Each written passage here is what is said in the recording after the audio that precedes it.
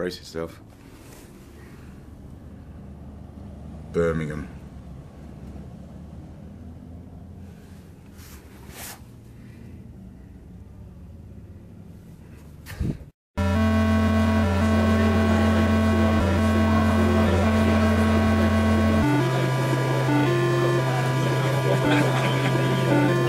Just carry on that.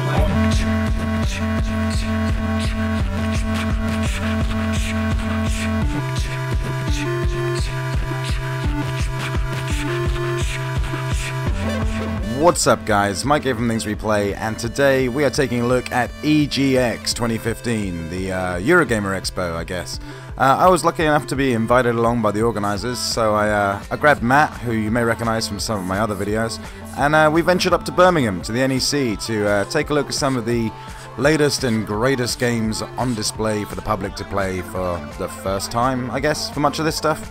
So I just thought I'd make this quick video just to show you what it was like cruising around on the show floor, and then also give me a chance to talk about some of the standout games that I did play whilst I was there.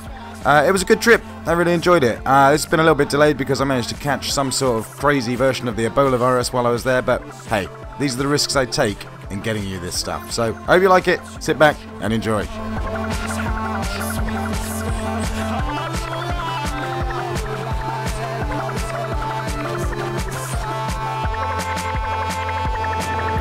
That's terribly unprofessional. First up then was The Division, and I was particularly excited to get my hands on this game. We queued for almost 3 hours to play The Division for just about 12 minutes, I would say. There was 3 of us on a team, several teams. We were going into the Dark Zone, I think it's called, which is basically the PvP area of the game. And the idea was that we were all cooperatively taking down sort of AIs to try and extract some stuff. I'm not entirely sure what it was. And at any point, if you shot one of your own team members or another team, then you would go rogue and everyone would come after you and the shit would hit the fan.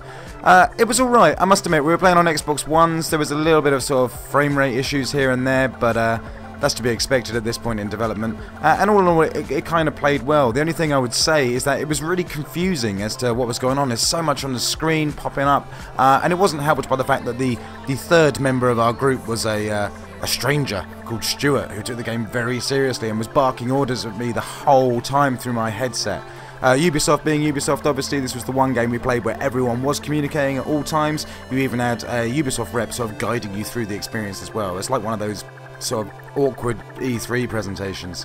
But all in all, I thought the game was very good. It certainly looked wicked, and I'm looking forward to playing it. So yeah, just a bad demo, not necessarily a bad game.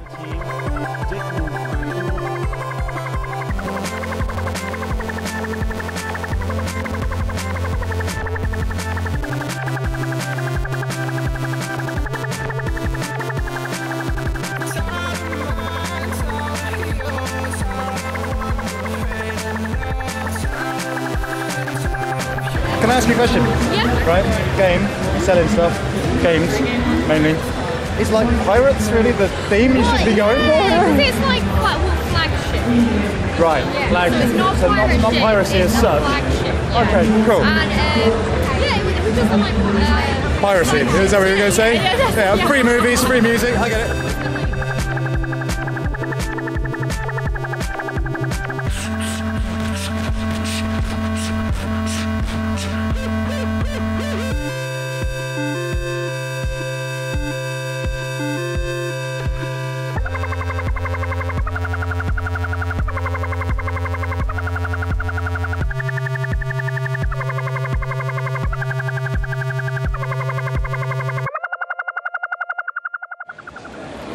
Holy shit. Whoa. You're hanging with a bad crowd. Just so you know. See these guys. You look amazing. And terrifying. Well, they've got some Right, look. steel cups. So we've got Banjo over there. Carabiners almost like the handle. It's almost like you There's a Balto there. Conker's here. I just don't know what game this guy's from. And that's what we want to like. It's pumps that look good.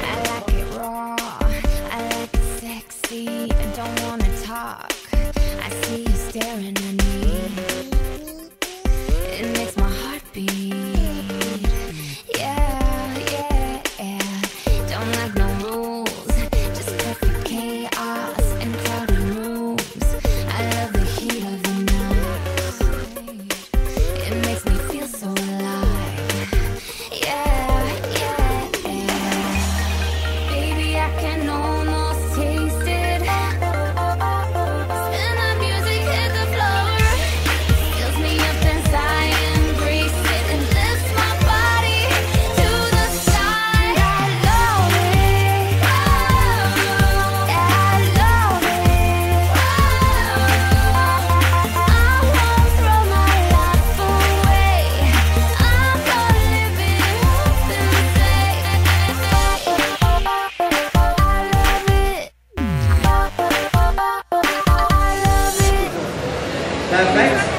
I'd love a hat. Can you pop it on my head? Thanks very much. No, that's good. I like it. Do. You can do us a favour, could you? Just rip this hat off my head. Just get it off my head. Oh yes. No, thank you very much. Don't wanna leave, don't wanna miss this. I'm living life, I'm gonna lift up the sun. That's when you know that I'm done. Yeah.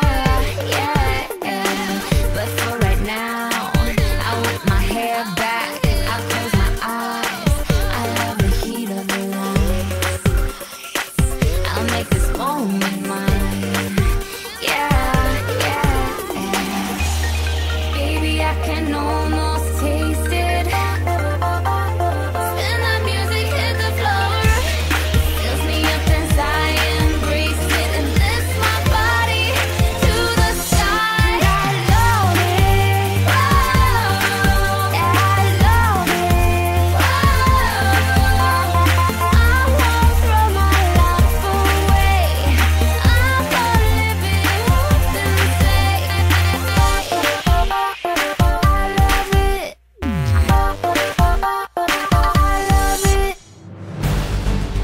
Just Cause 3 had a massive presence at the show, with daily tournaments taking place in the game's new challenge modes, offering players the chance to win, I think, a 4K television and a PlayStation 4, but it also gave us the chance to dick around in just the game's open world for about 20 minutes doing whatever the fuck we liked.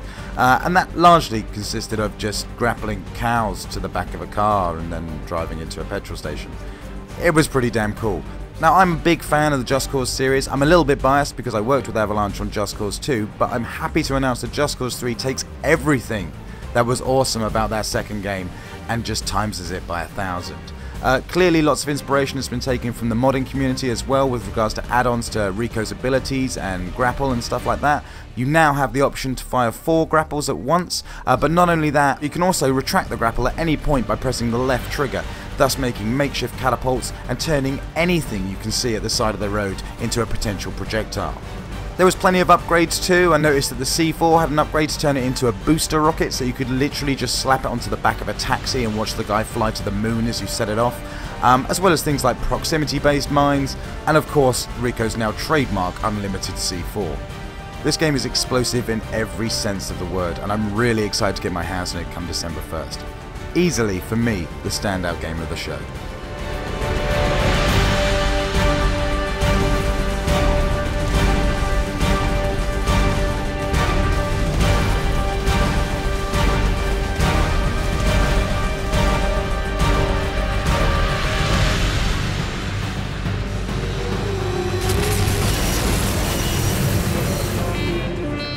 So then it was time to jump into the future and put on a VR headset.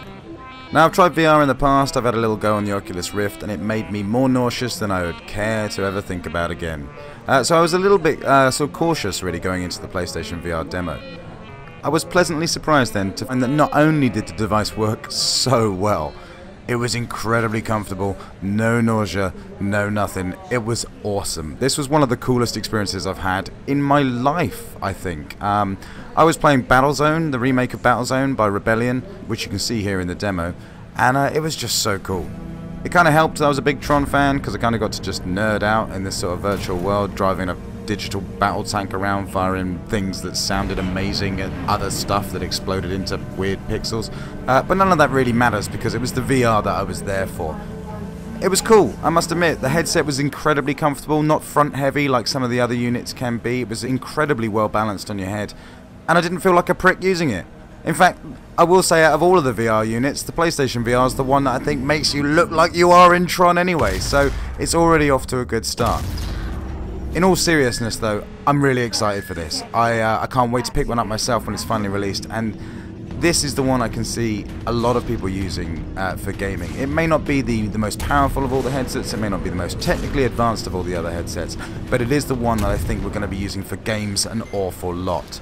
And regardless, I had an amazing experience with it, and based off of that experience I would already be prepared to pay a decent amount of money for this, to have this in my own home. So yeah, it was cool. It felt like the future. It was the future. I was in the future. I'm now back in the past, and life will never be the same again. It's not as good, in fact.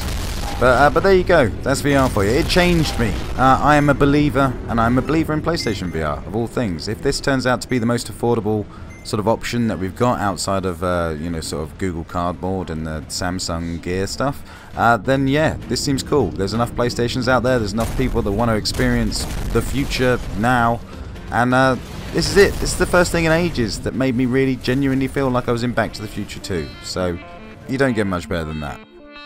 Basically, at this point, as far as I'm concerned, VR cannot get here fast enough. That was awesome. Awesome.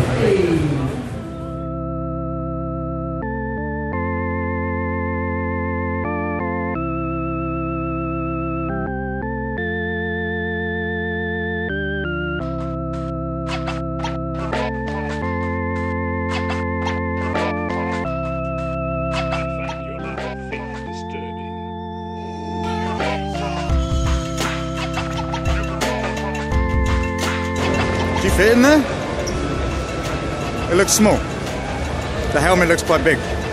Troublesome. Is it hot in there? Do you wish we did?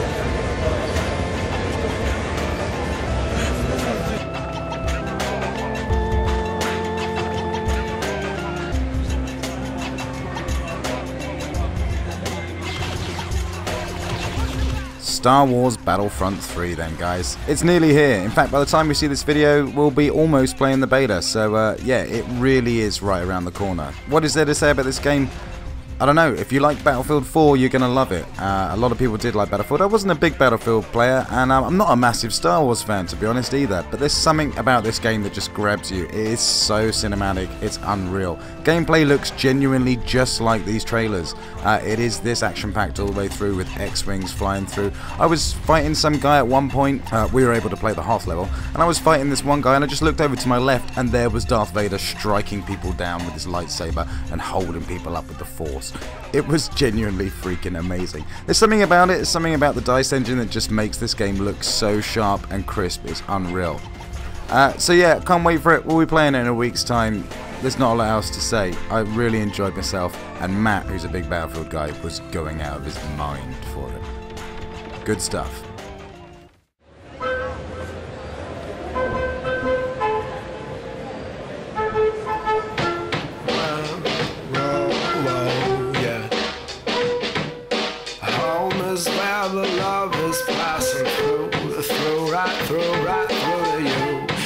A smile, come stay for a while at Styles, wild child. Home is where the spirit soar freely in the morning air. Barely flying, but got me thinking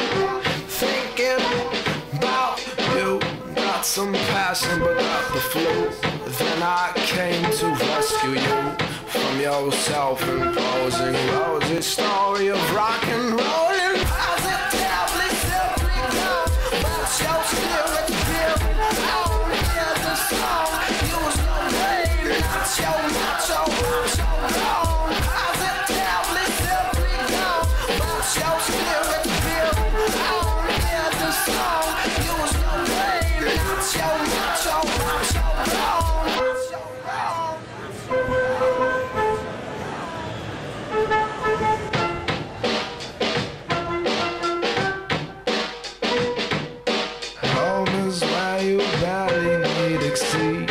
Expectations to succeed, but you'll always try your hardest. Rock and rollin' harder. Now, I don't want to give you the wrong idea. EGX is not all about the AAA mega blockbuster game. There's also a massive amount of indie games showing at the event, and this year was certainly no different. The indie game section is a really great place to hang out because the queues are often much shorter and the game's often far more interesting and weird. This is the place you go when you want to find the stuff that Microsoft and Sony won't necessarily put all of their money behind, you know? It's a great chance to meet the developers as well, so you can ask them how many shotguns there are in their game or what their favourite Sonic the Hedgehog character is. Yeah, all joking aside, it's it's genuinely really cool to see this stuff. This is where the most interesting stuff of the show is, I often find.